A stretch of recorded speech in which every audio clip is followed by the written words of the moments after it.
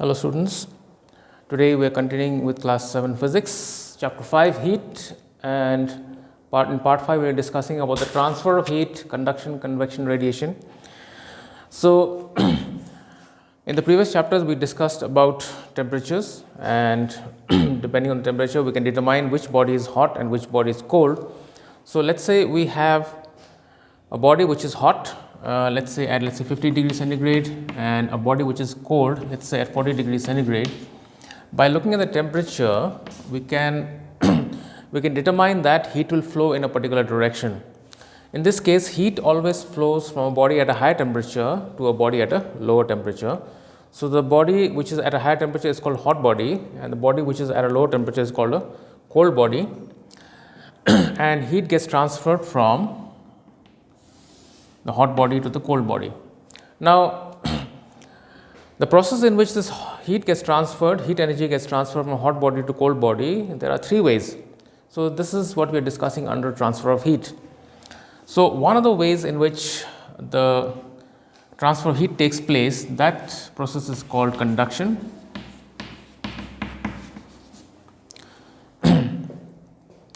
So let's say the first one here in this case is conduction, and this process of transfer of heat takes place only in solids. The second process in which heat gets transferred is called convection, and in the case of convection,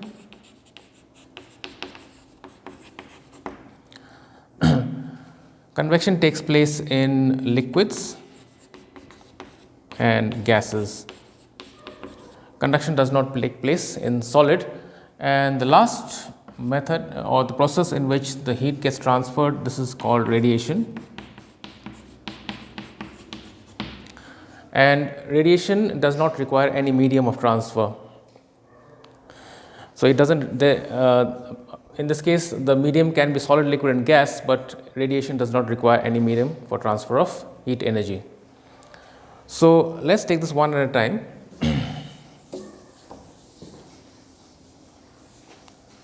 So let's discuss about conduction.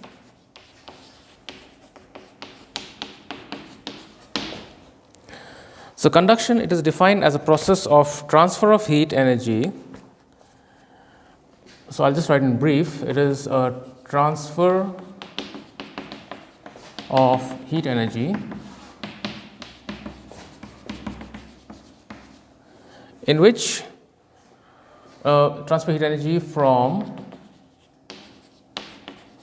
one molecule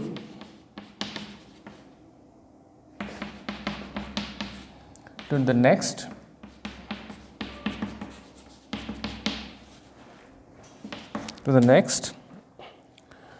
without actual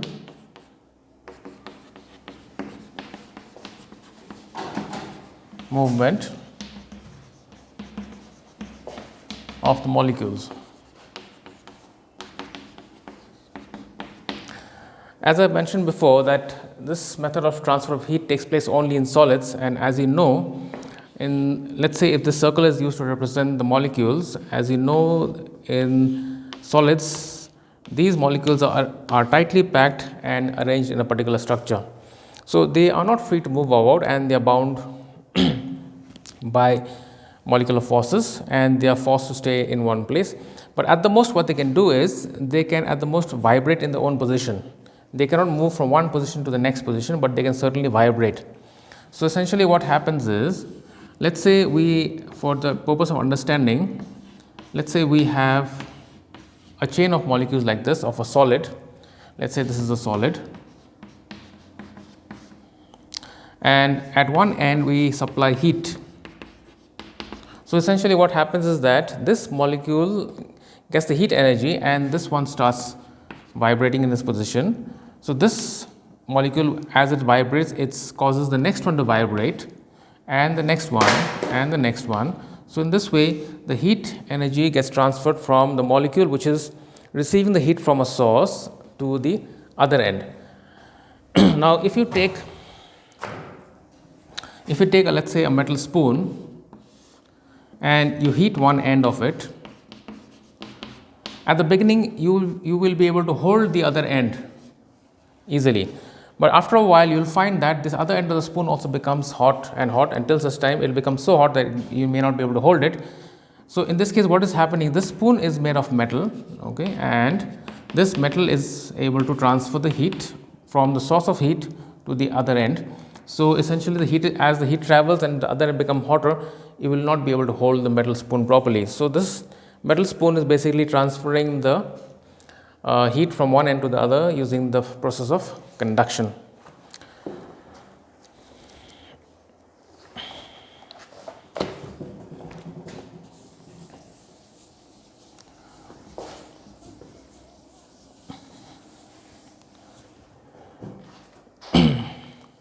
Now let us talk about conductors and insulators. Conductors are substances which allow heat energy to flow through them easily. Okay, conductors are also called good conductors of heat. Good conductors of heat, and they are also called thermal conductors.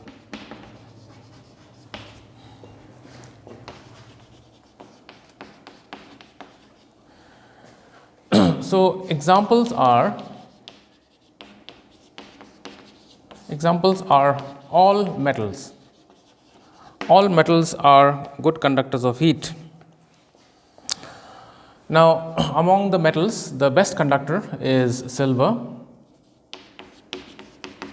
The best conductor is silver, and there are many other metals also which are good conductors of heat, and some of them I'll list them here: gold, and then you got copper, and let's say aluminum, and iron. So these are some of the metals I am listing here which are good conductor of heat, and there are many more other metals which also conduct heat. Now if you notice that all the utensils that we use in the kitchen are generally made of copper, aluminum or iron. So despite the fact that silver and gold are good conductors of heat, but they are very expensive. But we do have utensils made of copper, aluminum and iron. So copper being expensive, aluminum is slightly cheaper, and iron being the cheapest among them.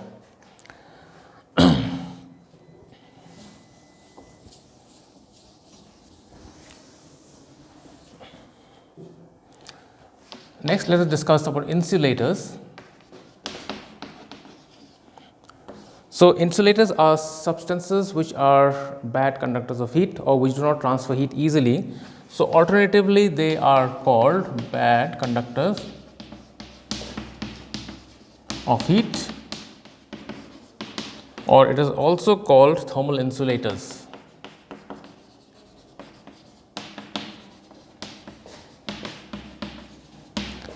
So some of the examples of bad conductors of heat, let's say. So some of the, let's say in the solid form, some of the bad conductors of heat are glass, let's say mica, cotton, cork, etc. So these are some of the examples of bad conductors of heat which are in the solid form. And in the case of liquids, all liquids are bad conductors of heat, with the exception of mercury. Although mercury is generally found in liquid state, mercury is actually a metal. So even though mercury may be in a liquid state, it is a good conductor, but all the other liquids except mercury are bad conductors. And in the case of all gases are bad conductors of heat. So once again, insulators are substances which do not conduct heat easily. So they are also called bad conductors of heat. And thermal insulators, some of the examples are in the solid form we have glass, mica, cotton, cork, etc. Liquids, all liquids are bad conductors of heat with the exception of mercury, because mercury is actually a metal. And gases, all gases are insulators. Now we have discussed about conductors. Let us discuss about the practical applications of conductors. So, how is this knowledge of conductors useful in real life? So, these are the practical applications. Let us say in number 1, let us say handles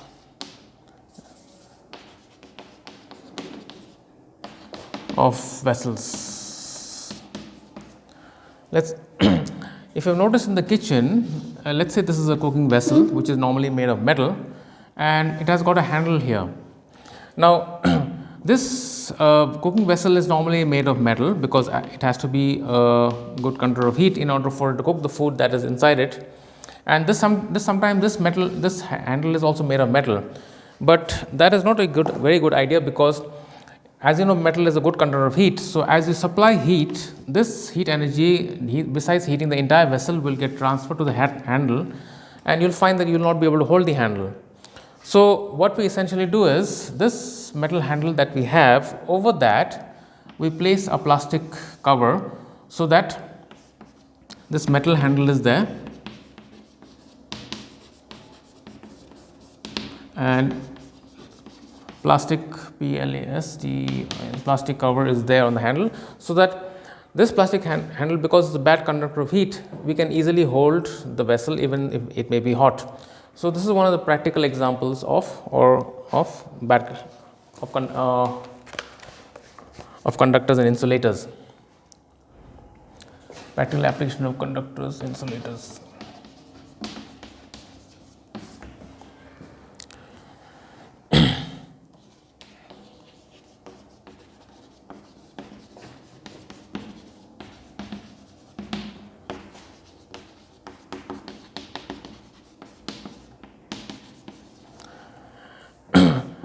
You will generally find that most of the cooking vessels are generally made of metals, and generally we find that we use copper or we use aluminum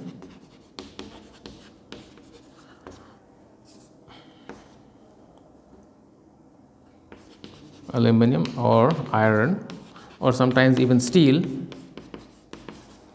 as cooking vessels.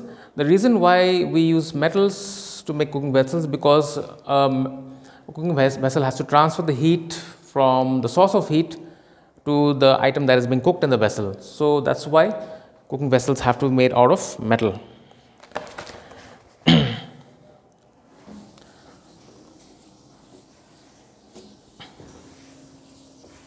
Another practical example are, let us say, copper tubes.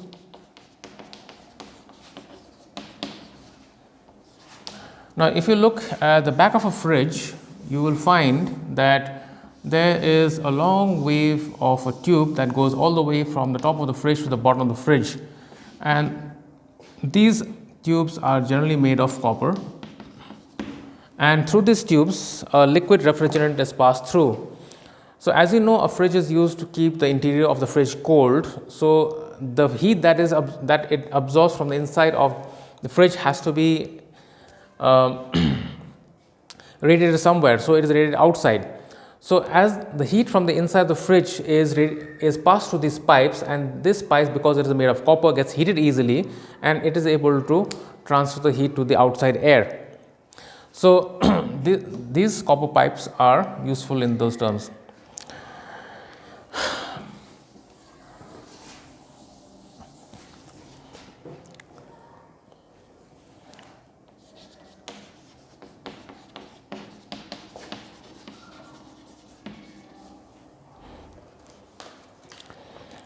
Quilts and blankets, they are generally made of materials which are fluffy and soft.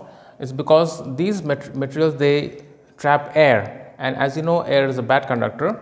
So, if you notice how a quilt is made, quilt is basically made of cotton, okay, and it is the person who makes it, okay, they fluff up the cotton so that it traps air, and below and above that it is packed with a cloth, and this is the quilt that we normally use when we go to bed, and we cover ourselves with it and we feel warm. The reason why we feel warm is not because of the cotton and not because of the cloth. It is because of the trapped air inside the cotton that basically acts as the insulator. So, when we are lying below the quilt, our heat is the heat from our body tries to escape, but because air is an insulator, all this heat gets trapped, and that's why we feel warm when we put a blanket or a quilt over us. For the same reason, woolen clothes also make us feel warm, is because woolen clothes are, the fiber of the woolen clothes are fluffy, okay, and it traps air, okay, and that air basically acts as an insulator which keeps us warm. The next mode of transfer of heat is convection. So, let us discuss about that.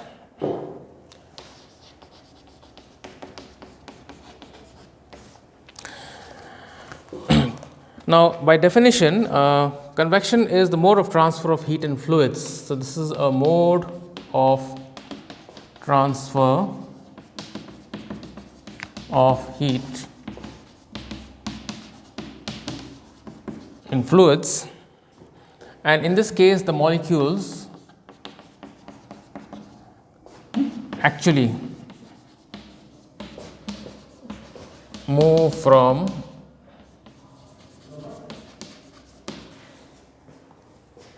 one part of fluid to another. Okay, here the term fluid is used because this mode of transfer of heat, convection, actually applies to liquids and gases. So, liquids and gases together generally are called fluids. Now, the reason why convection takes place only in liquids and gases is because the molecules are free to move about. So, as I told you before, in the case of solids, the molecules are very tightly packed, okay, and the molecules are not free to move about. So, it has got its own method of transfer of heat, that is called conduction. But in the case of liquids, the molecules are free to move about anywhere they like within the space of liquid. So, because the liquid can move about, so it can transfer the heat by actually moving within the liquid, and so does gases. Gases are also free to move about anywhere within the confines.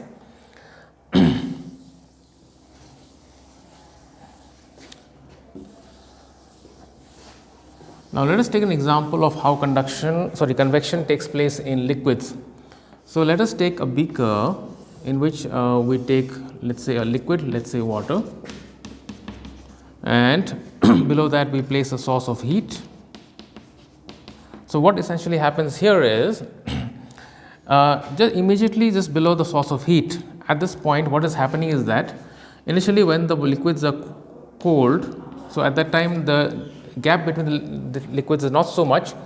So, the molecules are closer to each other and it is more dense. So, as the heat heats up the molecules, the distance between the molecules are larger, okay, and this makes the liquid less dense at the point where the heating takes place. So, you have a pocket of less dense liquid surrounded by the liquid which is more dense, and as the less dense liquid is lighter than the more dense liquid around it, so this portion of the liquid basically rises to the top. And since this space that is left behind, okay, cannot be empty and it is surrounded with liquid, the cold liquid that is next to it fills up the space, and which in turn gets heated by the source of heat, and that rises. So, essentially it creates a movement of the liquid here in which it goes in a cyclic fashion. So, this cyclic fashion in which the liquid moves is called a convection current. So, this is called convection current. You can physically see a convection current taking place if you do something. If you take a small tiny pellet of potassium permanganate,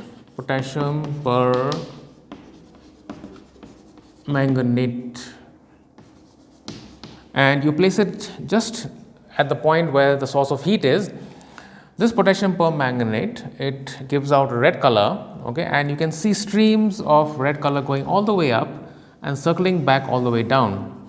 So, streams of red color going up and coming down.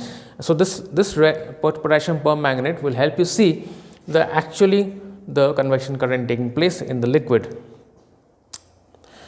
So, this is how convection current takes place. So, let me explain once again. If you take a liquid, let us say water in a vessel, and you provide a source of heat, just below the source of heat, this molecules of liquid that is there, which is dense before you start heating it, becomes less dense as the distance between the molecule increases because it absorbs heat.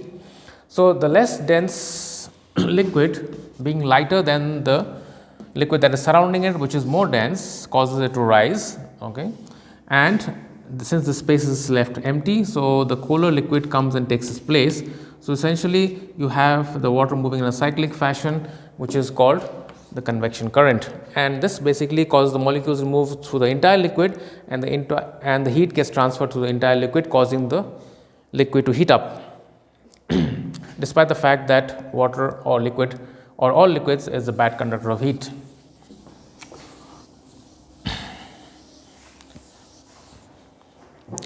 Now, let us discuss some practical applications of convection.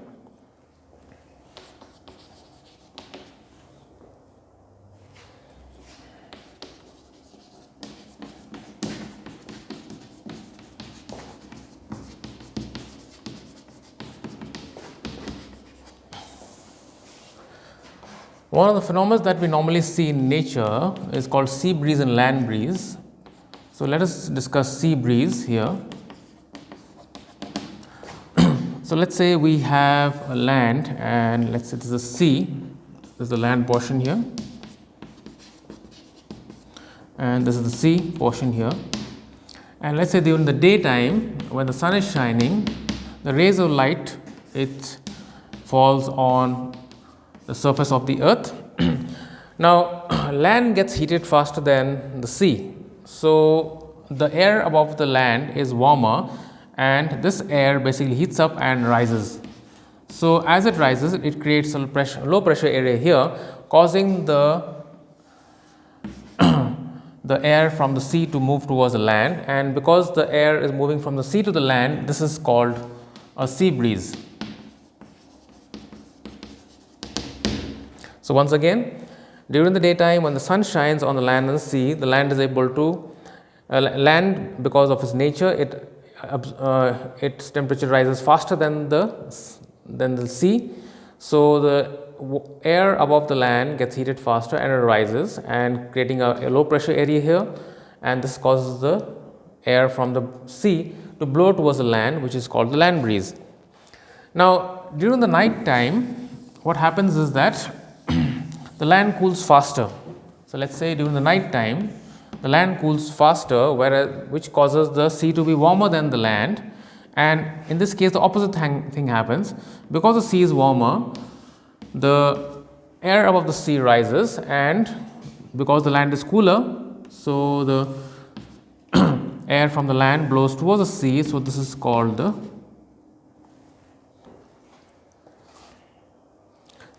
land breeze. So, once again, during the daytime, the land and the sea would have absorbed the heat, but because land loses heat faster than sea, so sea becomes warmer than land at night, and because the air is warmer here, the warmer air rises. This causes the air from the land to blow towards the sea, and that is called land breeze.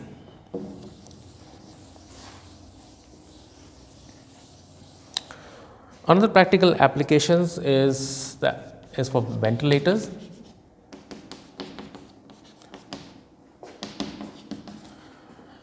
If you have noticed that in a room,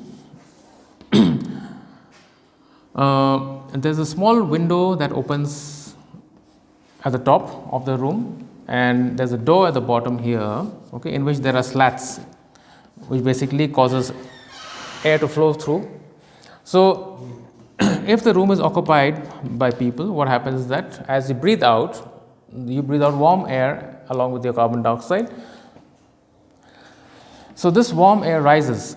So, this space on top of the room basically get filled with the warm air, and since there is an opening here on the top, which is the ventilator, which I'll write in short form as vent, the air is able to move out from here. So as this hot air leaves, cold air from the vent in the door enters and fills the space inside the room. So this causes a circulation of hot air leaving the hot air leaving the room, and the cold air entering the room, causing the cycle of air to happen, and so that the air in the room is always fresh.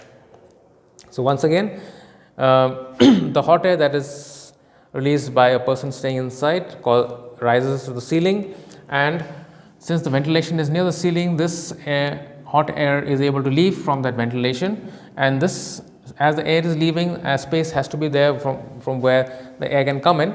So normally in the door at the bottom there are slats through which cold air can come inside, cold and fresh air can come inside, and it can circulate in the room, keeping the air in the room fresh. So this is one of the practical applications of convection.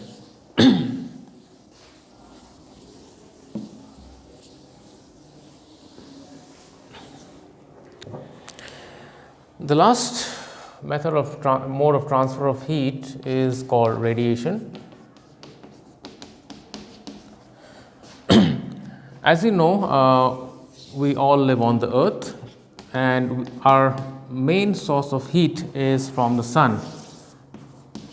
And as you know, between the sun and the earth there is vacuum. That means there is no solid, no liquid, and no gases. But even then we still receive the heat from the sun. This is because of the method in which the heat from the sun gets transferred to the earth is by the process of radiation. So by definition, radiation, it is a mode of transfer of heat from a hot body, which is the sun, to the cold body, which is the earth, without heating the space in between. So this is a mode of transfer of heat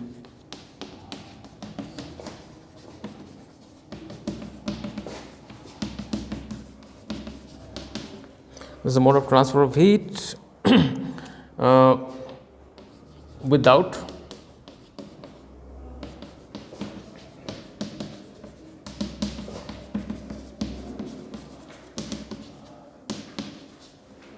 in the space in between.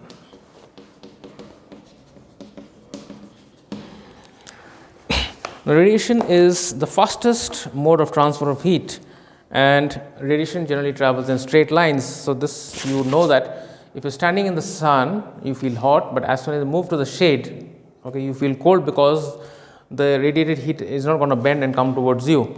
So wherever the radiated heat falls, it's going to fall in a straight line, and if you stand in front of the source of radiated heat, you will feel warm. So just like the heat gets transferred from the sun to the earth using radiation, in the same way, if you stand in front of a heater or a fire, you will find that the heat is coming towards you, and you will feel the heat from the fire and the heater, and the mode in which that heat gets transferred to you is radiation.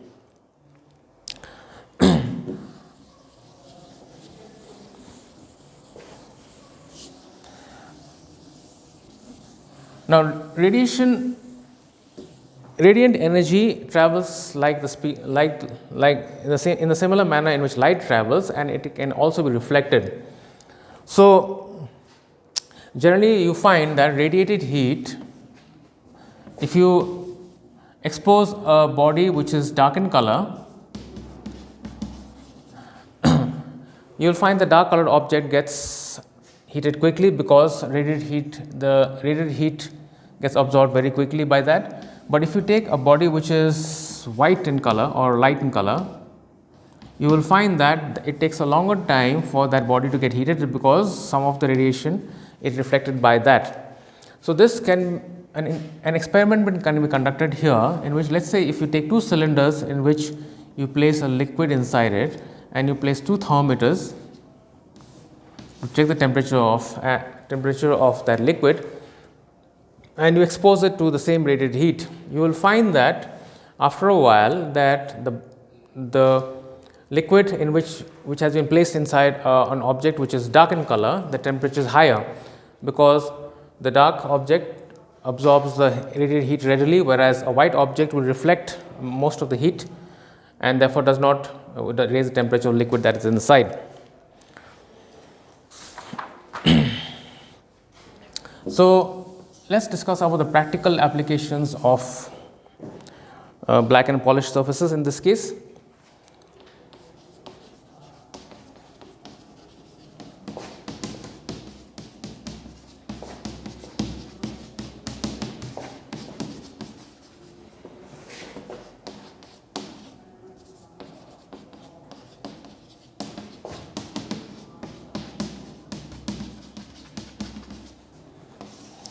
Now, the best example of black and polished surfaces would be a utensil.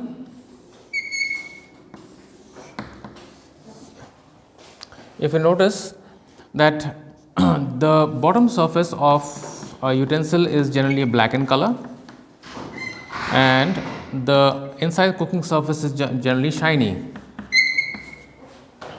The reason why this is the case is because the surface that is black, the part of the utensil that is black in color is generally exposed to the source of heat, and since we want this heat energy to get absorbed properly, we generally color the bottom surface as black, so maximum absorption takes place. Whereas on the other side, this is the place where we place the food item which is being cooked, and this is the part where we want the maximum heat to get transferred. So that is why this surface is shiny. So the black surface is able to effectively absorb the heat from the source of heat, and the shiny surface is effectively able to reflect the heat into the food that is being cooked. So a cooking vessel is a very good example of the practical applications of black and polished surfaces. Also, if you have noticed that during the summer season, when the sun is shining and it is very hot, you prefer to wear white or light colored clothes.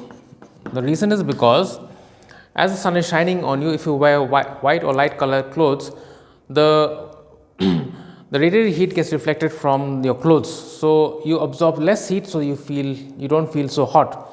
Whereas if you notice that in winter you normally wear gray or dark colored or black colored clothes, is because you want to absorb most of the heat, because the sun is very rare in the winter, okay, and whenever you want to go to the sun, you want to be able to absorb the heat so you can keep your body warm.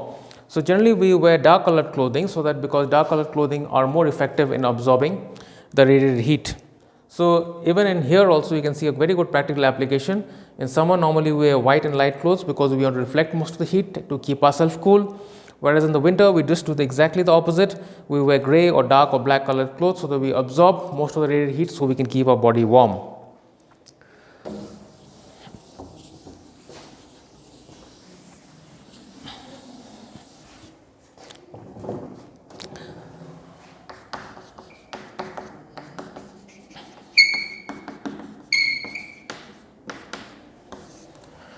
Now let us discuss about an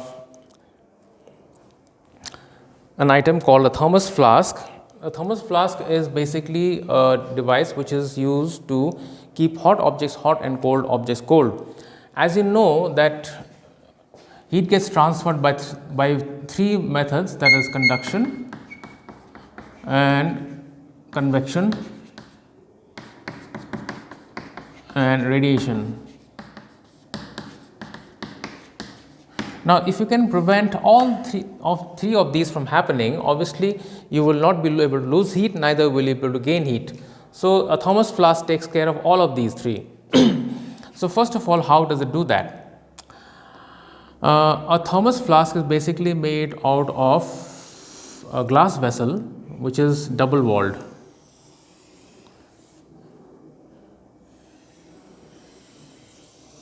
In this manner, and there is a small opening at the bottom from where the air is removed, so that there is a vacuum in between the double walls, and this portion is sealed. So there is a vacuum, and also the insides, that means the inner side, is silvered like a mirror. Now, further this thermos flask is placed inside a plastic casing and it is filled with insulated material, which will act as a cushioning as well as insulating material for the glass vessel that is inside. Now, in the case of conduction, how that is prevented? Let us say we have a vessel, let us say we have a hot liquid that is we are trying to store inside. Now, this hot liquid is going to try to radiate the transfer the heat by conduction, and this conduction is prevented because first of all this vessel is made of glass, which is a bad conductor, and further there is vacuum in between the glass to the surface of two glasses, which is a bad conductor. There is also packing material and the surface outside surface is also made of plastic. So, these all together prevent conduction from taking place. Second is convection. Now, hot liquid basically causes the vapor to rise up, okay, and if this hot vapor escapes from the mouth of this thermos flask, this hot liquid is going to lose the heat. So, what we do here is we place a cork to the bottle, which is either made of plastic or cork. So, if we can prevent this hot liquid from losing the vapor, so obviously we can prevent convection. So, we have prevented two ways. Last one is radiation. Now, how that happens is hot liquid also radiates the heat. So, as it is radiating the heat, since the inside of this glass vessel is silvered, this causes the radiated heat to reflect back.